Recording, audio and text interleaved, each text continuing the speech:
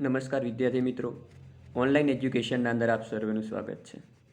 વિદ્યાર્થી મિત્રો, આપણે ધોરણ 9 વિષય વિજ્ઞાનમાં પ્રકરણ 15 અન્ન સ્ત્રોતોમાં સુધારણા, જેના અંદર આપણે ખાદ્ય પદાર્થના સ્ત્રોતો, ત્યારબાદ કૃષિ ઉત્પાદન અને પશુપાલનના ઉત્પાદનને કેવી રીતે વધારી શકાય, જેના વિશે આપણે અભ્યાસ કરવાનો હતો.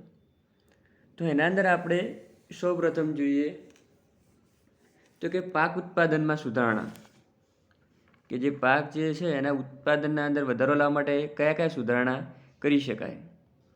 તો એના અંદર જોઈએ સૌપ્રથમ આપણે તો કે ઉર્જાની આવશ્યકતા માટે અનાજ જરૂરી છે. કે કોઈ પણ સજીવ છે અને કોઈ પણ કાર્ય કરવું તો કાર્ય કરવા માટે ઉર્જાની જરૂર પડે છે. કે અને એ ઉર્જા એને ખોરાક દ્વારા પ્રાપ્ત થાય છે. તો કે એના અંદર જોઈએ આપણે કે ઘઉં, ચોખા, મકાઈ, બાજરીને જુવારમાંથી કાર્બોદિત મળે છે. કે કાર્બોદિત એટલે કે ધાન્ય પાકોમાંથી મળે છે. એટલે કે ધાન્ય પાકો એટલે કે ઘઉં, ચોખા, મકાઈ, બાજરી વગેરે ધાન્ય પાકો જે છે અને વગેરેમાંથી શું મળે છે? કાર્બોદિત મળે છે. બીજું છે કઠોળ જેવા કે ચણા, વટાણા, અડદ, મગ, તુવેર, મસૂરમાંથી પ્રોટીન મળે છે. કે કઠોળ કે જેમાંથી પ્રોટીન મળે છે, આપણને પ્રોટીન વધુ પ્રમાણમાં મળતું હોય છે, જેવા કે ચણા છે, વટાણા, અડદ, મગ, તુવેર, મસૂર, કે જેની દાળ બનતી હશે. શું બને છે? જેની દાળ બનતી હોય, એટલે કે કઠોળ જે છે જેમાંથી પ્રોટીન મળે છે. કે ત્યારબાદ તેલીબિયા કે તેલવાળા બીજ, તેલીબિયા કે તેલવાળા બીજ જેવા કે સોયાબીન, મગફળી, તલ, એરંડા કે દિવેલા, રાઈ, અળસી અને સૂર્યમુખીમાંથી આવશ્યક તેલ પ્રાપ્ત થાય છે. કે એટલે કે જે તેલીબિયા એટલે કે તેલવાળા જે બીજો જે છે કે જેમાંથી તેલ નીકળતું હોય છે, અને એના ઉદાહરણ છે કે સોયાબીન છે, મગફળી છે, તલ છે, એરંડા એટલે કે એને દિવેલા પણ કહેવાશે, રાઈ, અળસી અને સૂર્યમુખીમાંથી તેલ પ્રાપ્ત થાય છે. કે અને વગેરેમાંથી આપણને શું પ્રાપ્ત થાય છે? તો કે ચરબી મળે છે. કે બીજું છે શાકભાજી, મસાલા અને ફળોમાંથી આપણને વિટામિન અને ખનિજ ક્ષાર અને બીજું છે કે કેટલાક પ્રમાણમાં પ્રોટીન અને કાર્બોદિત પણ મળે છે. કે એટલે કે શાકભાજી જે છે, ફળો છે અને કેટલાક મસાલા છે કે જેમાંથી આપણને ખનિજ ક્ષાર, વિટામિન મળે છે અને કેટલાક પ્રમાણમાં પ્રોટીન અને કાર્બોદિત પણ મળે છે. કે ઘાસચારાના પાક જેવા કે બશીમ, જવ, ઓટ અથવા તો કે સુદાન ઘાસના ઉત્પાદન પશુપાલન માટે ઘાસચારાના સ્વરૂપમાં થાય છે. એટલે કે પશુઓ જે છે કે જેમના ઘાસચારા માટે કયા કયા પાક છે? તો કે બસીમ છે, જવ એટલે કે ઓટ અથવા તો કે સુદાન જે છે એ ઘાસના ઉત્પાદન માટે ઉપયોગી છે, કે જે પશુઓના ચારા સ્વરૂપે કામ આવે છે. બીજું છે એક પ્રશ્ન પૂછેલો છે આપણને કે અનાજ કે ધાન્ય, દાળ એટલે કે કઠોળ અને ફળો અને શાકભાજીમાંથી શું મળે છે આપણને? તો હમણાં જ આપણે જોઈએ કે અનાજ જે કે જેમાંથી આપણને કાર્બોદિત મળતું હતું, દાળ એટલે કે કઠોળ છે કે જેમાંથી આપણને પ્રોટીન, ફળો અને શાકભાજીમાંથી આપણને વિટામિન અને ખનિજ ક્ષાર મળતા હતા. કે બીજું છે હવે તો કે વિવિધ પાક માટે વિભિન્ન આબોહવા સંબંધિત પરિસ્થિતિઓ, તાપમાન અને પ્રકાશ અવધિની આવશ્યકતા હોય છે. કે એટલે કે વિભિન્ન આબોહવાના સંબંધિત મીન્સ કે આપણું જે વાતાવરણ જે છે, વાતાવરણની જે પરિસ્થિતિઓ જે છે એ તાપમાન અને પ્રકાશની અવધિની આવશ્યકતા હોય છે. કે દરેક પાક જે છે, દરેક પાક માટે એક જ વાતાવરણ માફક આવશે નહીં. દરેક પાક માટે એમને અનુરૂપ આબોહવા એટલે કે વાતાવરણ જરૂરી છે, તાપમાન, પ્રકાશ અવધિ વગેરે જરૂરી છે. કે જેનાથી તેઓની સીધી રીતે વૃદ્ધિ પામી શકે છે. કે અને આ જે જુદી જુદી આવશ્યકતાઓ છે કે જેના કારણે જે પાક જે છે એ શું થાય છે? સીધી રીતે વૃદ્ધિ પામી શકે છે અને તેમનું જીવનચક્ર પૂરું કરે છે. કે પ્રકાશ અવધિ સૂર્યપ્રકાશના સમયગાળાને સંબંધિત હોય છે. કે પ્રકાશ અવધિ એટલે કે પ્રકાશનો સમયગાળો, એટલે કે જે સૂર્યપ્રકાશનો સમયગાળાને સંબંધિત પ્રકાશની અવધિ હોય છે. કે અને જે પુષ્પસર્જન અને વૃદ્ધિ સૂર્યપ્રકાશ પર આધારિત હોય છે. એટલે કે જે પાક જે છે કે વનસ્પતિ જે છે કે જેમાં પુષ્પસર્જન અને વૃદ્ધિ જે છે એ સૂર્યપ્રકાશ પર આધારિત હોય છે. બીજું છે કે જેમ કે આપણે બધા જાણીએ છીએ કે વનસ્પતિઓ સૂર્યપ્રકાશમાં પ્રકાશ સંશ્લેષણ દ્વારા પોતાનો ખોરાક બનાવે છે. આ તો આપણે જાણીએ જ છીએ કે સૂર્યપ્રકાશ શા માટે જરૂરી છે, તો કે સૂર્યપ્રકાશ એટલા માટે જરૂરી છે કે વનસ્પતિ જે છે સૂર્યપ્રકાશની હાજરીમાં પોતાનું શું કરે છે, ખોરાક બનાવે છે. કે કેટલાક એવા પણ પાક જે છે કે જે આપણે વર્ષા ઋતુમાં ઉગાડીએ છીએ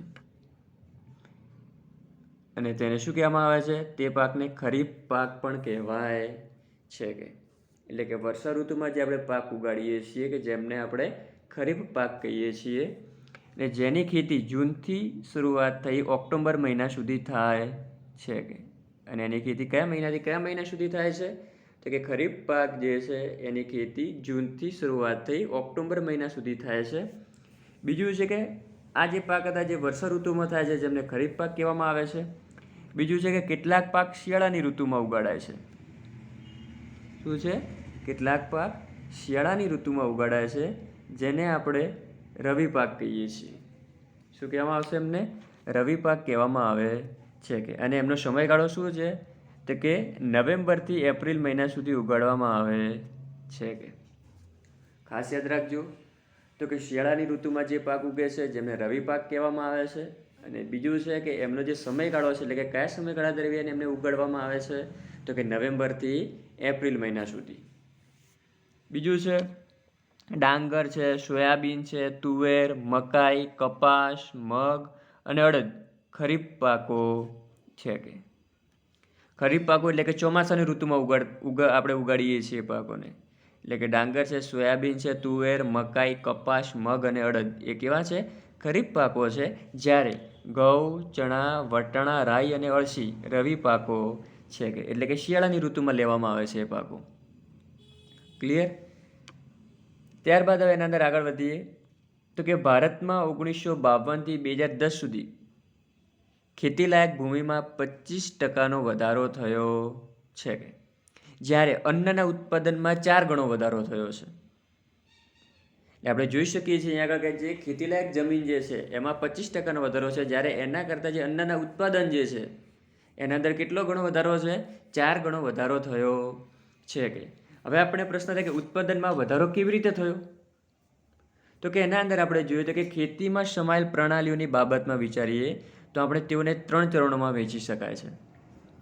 સૌથી પહેલાં ચરણમાં બીજની પસંદગી કરવી, બીજા ચરણમાં પાકની યોગ્ય દેખરેખ રાખવી અને ત્રીજા ચરણમાં ખેતરમાં ઉગેલા પાકની સુરક્ષા અને કાપણી કે લણણી કરેલ પાકને નુકસાન થવાથી બચાવવું.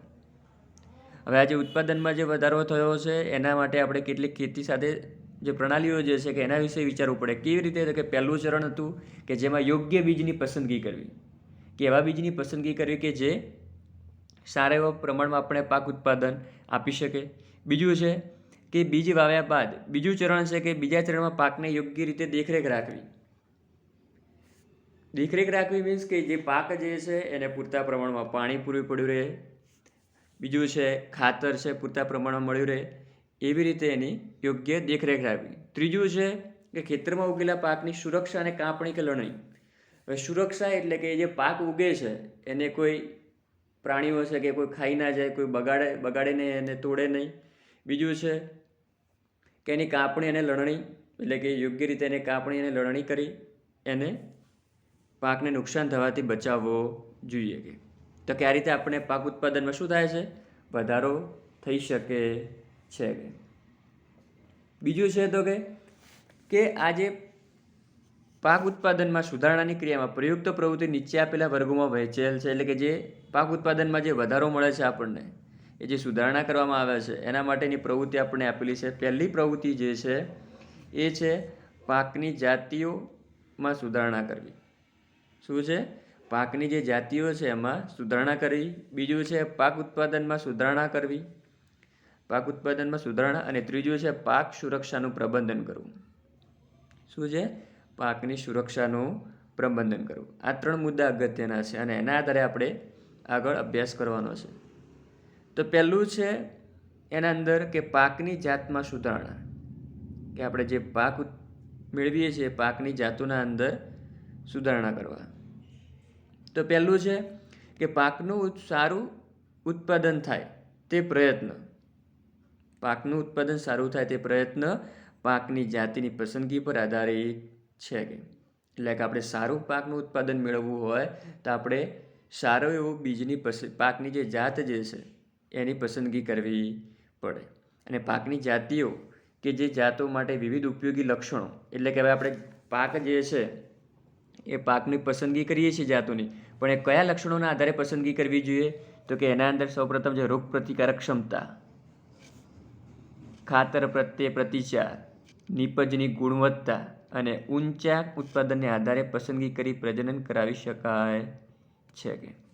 એટલે કે જે આપણે પાક ઉત્પાદનના અંદર જે સારી એવી જાતના જે બીજ પસંદ કરીએ છીએ એના અંદર મુખ્યત્વે જે આપણે જોવાલાયક જે જાતો જે નક્કી કરીએ છીએ એના અંદર જે મુખ્યત્વે આપણે લક્ષણો જે છે કયા કયા છે?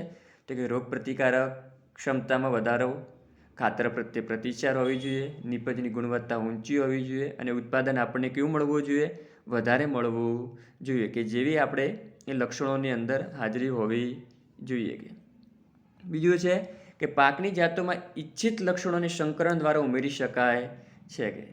હવે જે પાકના અંદર જે આપણે લક્ષણો જે છે કે વધુ ઉત્પાદન મળવું જોઈએ, ખાતર પ્રત્યે પ્રતિચાર છે, નીપજોની ગુણવત્તા ઊંચી હોવી જોઈએ, રોગ પ્રતિકારક ક્ષમતામાં વધારો હોવો જોઈએ, એવા જે લક્ષણો જે છે એ લક્ષણોને આ પાકની જાતોના અંદર ઉમેરવા માટે આપણે સંકરણની ક્રિયા દ્વારા એમને ઉમેરી શકીએ છીએ.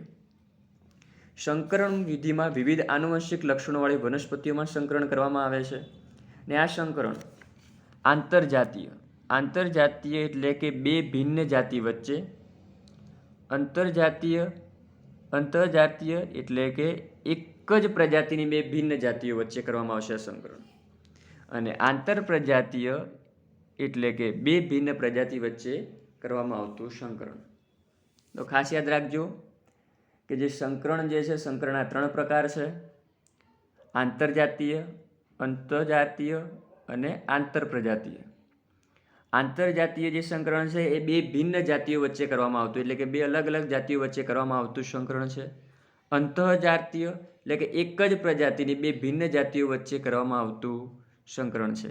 અને આંતરપ્રજાતીય એ બે ભિન્ન પ્રજાતિ વચ્ચે કરવામાં આવતું સંકરણ છે. ત્યારબાદ પાક સુધારણાની બીજી રીત છે ઐચ્છિક લક્ષણોવાળા જનીનને ઉમેરવા. બીજી એક રીત જે છે, આપણે પહેલી રીતે જોયું કે સંકરણ દ્વારા એના અંદર જનીન જે છે આનુવંશિક લક્ષણો ઉમેરી શકાય છે.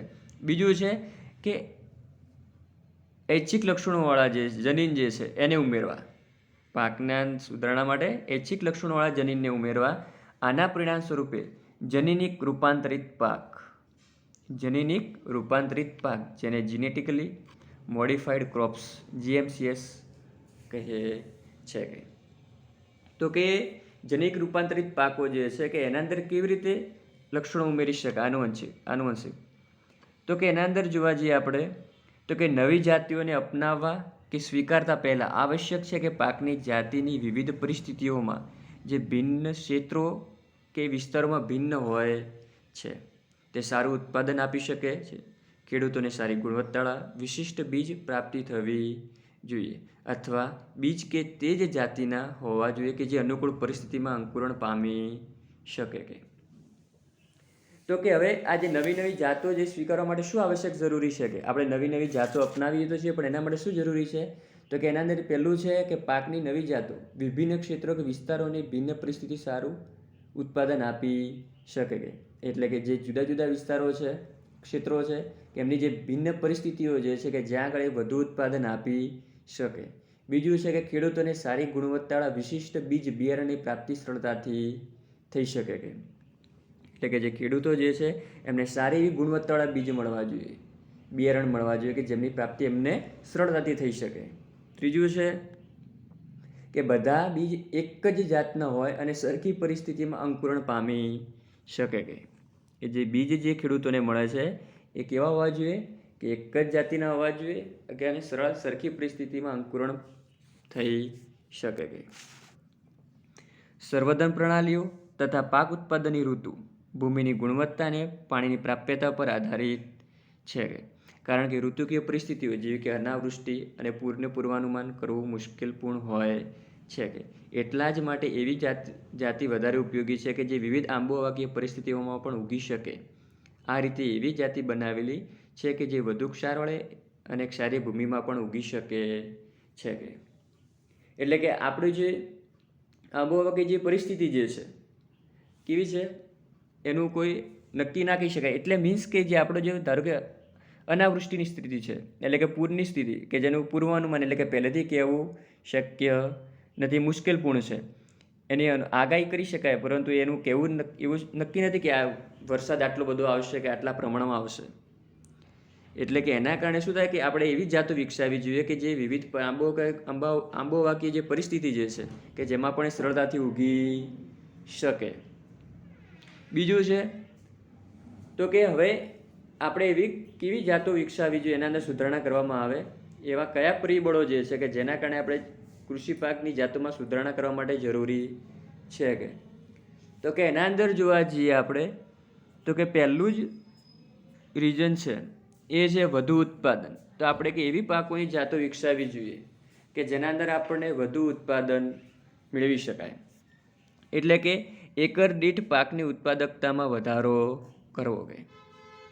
એટલે કે આપણે એકર દીઠ પાકની ઉત્પાદકતામાં વધારો કરવો એટલે કે પહેલાં આપણે ધારો કે 1 એકરના અંદર ધારો કે જે અનાજ ઉત્પાદન થતું હશે એના કરતાં સારા બીજ આપણે વાવીએ તો એના કારણે શું થશે કે એ એકર દીઠ ઉત્પાદનમાં શું થાય, વધારો થાય. એટલે કે જે પહેલાં થતો હતો એના કરતાં ઉત્પાદનમાં શું મળશે, આપણને વધારો મળવો જોઈએ. એટલે કે જાતોના અંદર એવા સુધારણા કરવા જોઈએ કે આપણને વધુ ઉત્પાદન મળશે. બીજું છે ગુણવત્તામાં સુધારણા. એટલે કે પાકોની જે જાત જે છે એના અંદર એમની ગુણવત્તામાં સુધારણા કરવા જોઈએ. હવે ગુણવત્તામાં સુધારણા એટલે કે પાક ઉત્પાદનની ગુણવત્તામાં પ્રત્યેક પાકમાં ભિન્ન હોય છે. એટલે કે દરેક પાક જે છે કે એમની ગુણવત્તા કેવી હોય છે, અલગ અલગ હોય છે. કે જેવી રીતે કે ઘઉંમાં બેકિંગ ગુણવત્તા એટલે કે કાર્બોદિતની ગુણવત્તા વધુ હોય છે, કઠોળમાં પ્રોટીનની ગુણવત્તા વધુ હોય છે, તેલીબિયાંમાં તેલની ગુણવત્તા વધુ હોય છે, ફળ અને શાકભાજીનું વિટામિન્સ અને ખનિજ ક્ષારોનું પ્રમાણ વધુ હોય છે. એટલે કે એમનું સંરક્ષણ અગત્યનું છે. એટલે કે આપણે એવી જાતો વિકસાવવી જોઈએ કે જેમના અંદર એમની ગુણવત્તાના અંદર સુધારણા થાય. જેમ કે તેલીબિયાં છે તો કે તેલીબિયાં છે એના અંદરથી આપણને તેલનું ઉત્પાદન કેવું મળવું જોઈએ, વધુ પ્રમાણમાં મળવું જોઈએ. એવી જાતો આપણે વિકસાવવી જોઈએ. ત્યારબાદ એના પછીનો જે ટોપિક છે કે જૈવિક અને અજૈવિક પ્રતિરોધકતા. જૈવિક અને અજૈવિક પ્રતિરોધકતા. તો તમે જૈવિક અને અજૈવિક શબ્દથી તો પરિચિત છો જ. એટલે કે જૈવિક એટલે કે રોગો, કીટકો અને કૃમિઓ કે જેના અંદર સજીવનો અંશ હોય છે, અને અજૈવિક એટલે કે અનાવૃષ્ટિ છે, ક્ષારતા, વધુ પડતું પાણી, ગરમી, ઠંડી તથા હિમપાતની પરિસ્થિતિને કારણે પાક ઉત્પાદન ઓછી થઈ શકે છે. એટલે કે જૈવિક એટલે કે આપણે પાક જે છે એ પાકને રોગ લાગુ પડી જાય અથવા કોઈ કીટકો જે છે કે કૃમિઓ જે છે કે જેના કારણે પાકને નુકસાન થઈ શકે છે. તો કે આપણે એવી જાતો વિકસાવવી જોઈએ કે જેના કારણે એ રોગો છે, કીટકો છે કે કૃમિઓ સામે પાકને ઓછું નુકસાન થાય. અને એ જે બીજું છે કે અજૈવિક એટલે કે અનાવૃષ્ટિ છે, વધુ પડતું પાણી છે, ગરમી, ઠંડી, હિમપાત વગેરે પરિસ્થિતિઓમાં પણ શું થાય કે એ પાક જે છે એ યોગ્ય પ્રમાણમાં એનું ઉત્પાદન જે છે એના અંદર વધારો થઈ શકે છે. એટલે કે જે પરિસ્થિતિઓ જે છે પરિસ્થિતિ શું કરી શકે, સહન કરી શકે એવી જાતો વિકસાવવી જોઈએ. કે એ પાકની જે જાતો છે એના અંદર એવા સુધારણા કરવા જોઈએ. ત્યારબાદ ચોથો મુદ્દો જે છે એ છે પરિપક્વ સમયમાં પરિવર્તન. પરિપક્વ સમયમાં પરિવર્તન એટલે કે પાકને ઉગાડવાથી લઈને કાપણી કે લણણી સુધી ઓછામાં ઓછો સમયગાળો થાય તે આર્થિક દ્રષ્ટિએ સારું ગણાય. આથી ખેડૂત પ્રતિવર્ષ પોતાના ખેતરમાં ઘણો પાક ઉગાડી શકે છે. ઓછો સમયગાળો હોવાને કારણે પાક ઉત્પાદનમાં ધન પણ ઓછું ખર્ચાય છે. સમાન પરિપક્વન કાપણીની ક્રિયાને સરળ બનાવે છે અને કાપણી દરમિયાન થનારા પાકને ઓછું નુકસાન થાય છે.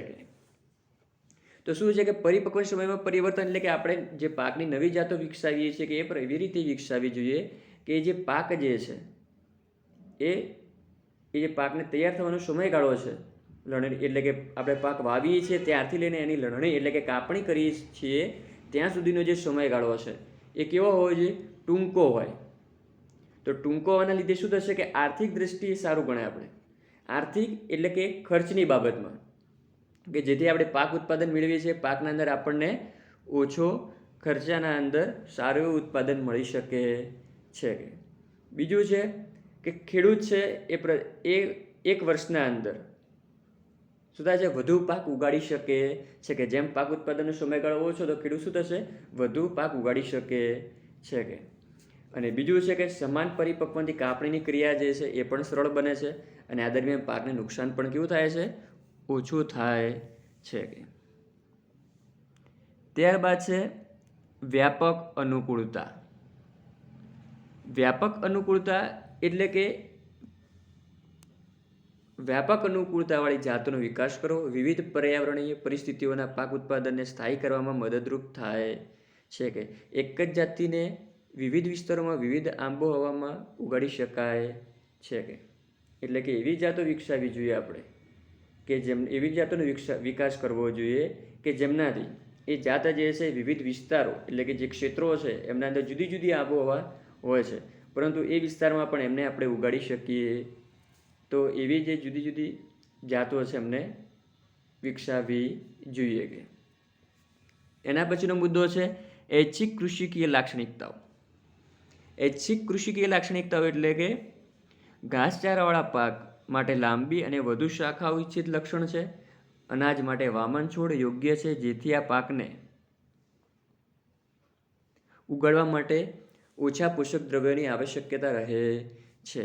આ રીતે કૃષિકીય વિજ્ઞાનવાળી જાતિઓ વધારે ઉત્પાદન મેળવવામાં મદદરૂપ થાય છે. એટલે કે ઇચ્છિત કૃષિકીય લાક્ષણિકતાઓ જે છે કે જેના અંદર આપણે પ્રાણીઓ જે છે કે જેમને ઘાસચારાની જરૂર હોય છે, તો કે એમનો ઘાસચારા માટે આપણે એવી જાતો વિકસાવવી જોઈએ કે એ જે ઘાસ છે એ લાંબુ હોય, વધુ શાખિત હોય, કે જેનાથી એમને વધુ ઘાસ ઉત્પાદન થઈ શકે. જ્યારે અનાજ જે છે કે અનાજના અંદર આપણે વામન છોડ યોગ્ય છે. કેમ તો કે એ છોડ છે એના માટે વામન છોડો તો એને ઓછા પોષક દ્રવ્યની જરૂર પડશે, અને જેના કારણે આપણને સારા એવા પ્રમાણમાં ઉત્પાદન પણ મળી શકે છે. તો કે આ રીતે આપણે આવા જે લક્ષણો જે છે કે નવી જે જાતો વિકસાવીએ છીએ કે એના અંદર આવા પ્રકારના જે લક્ષણો જે છે એનો ઉમેરો કરવાથી આપણે સારું ઉત્પાદન અને પાક ઉત્પાદનમાં વધારો કરી શકીએ છીએ. તો વિદ્યાર્થી મિત્રો, અહીંયા આગળ આપણો આ જે પ્રશ્ન જે છે પરીક્ષાના અંદર પૂછવા માટે આઈએમપી પ્રશ્ન છે, જે આપણે પરીક્ષાના અંદર 4 ગુણના અંદર પણ પૂછાઈ શકે છે. તો ખાસ યાદ રાખજો.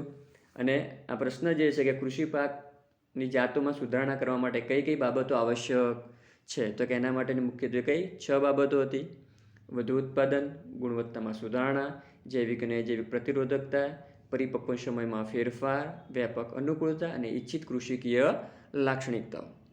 તો આ 6 મુદ્દા આપણે લખીને સમજાવવાના રહેશે. ઓકે વિદ્યાર્થી મિત્રો, તો અહીંયા આગળ આપણો આજનો લેક્ચર પૂર્ણ થાય છે.